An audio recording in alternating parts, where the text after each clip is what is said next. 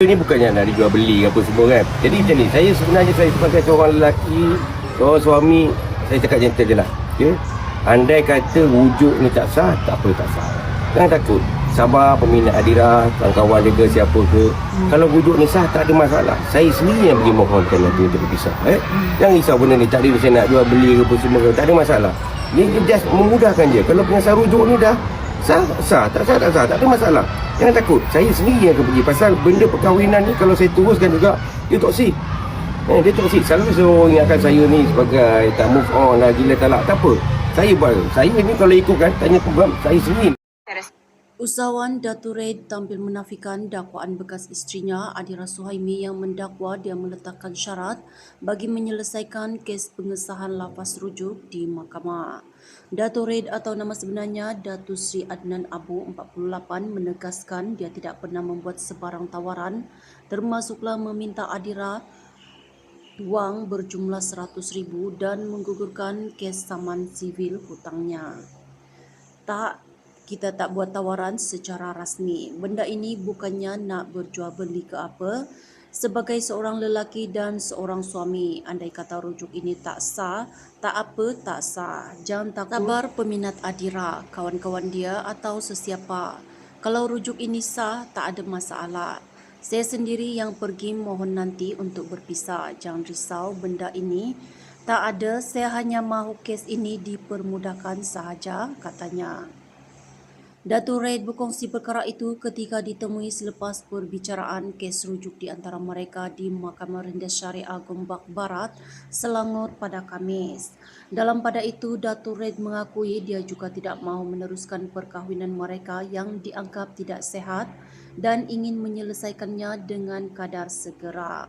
Saya pun tidak mahu teruskan perkahwinan ini. Kalau teruskan juga, dia akan jadi toksik. Adira toksik, selalu orang ingatkan saya ini sebagai tak move on lah, gila talak lah. Tak apa, ini bukannya saya nak hadap sangat, nak kahwin dengan dia. Tidak, saya nak pengesahan sahaja. Kalau ikutkan nak buat, kalau lepas di luar mahkamah. Tapi peguam saya tak bagi pasal takut nanti boleh sampai kena penjara, katanya lagi. Sebelum ini, Datuk Raid dan Adira didakwa sudah kembali rujuk ketika mereka masih dalam tempoh edah selepas usahawan itu menfailkan kes pengesahan rujuk di Mahkamah Syariah Gombak Barat pada Disember lalu.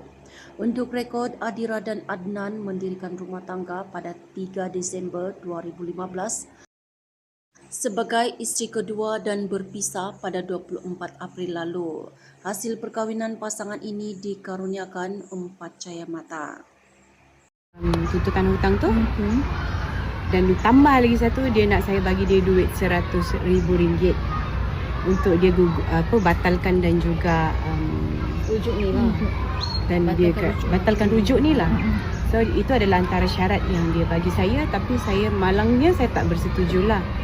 Sebab saya fikir saya kerja pagi, petang, siang, malam. Saya ada 4 tanggungan dekat rumah dan saya rasa alhamdulillah saya tak pernah pun susahkan dia. Jadi itu adalah tuntutan dia. Dan saya agak terkejut dan juga terkilan dan yelah dia sanggup cakapkan tergamaknya dia. Itu ayat dia sebenarnya tergamaknya dia.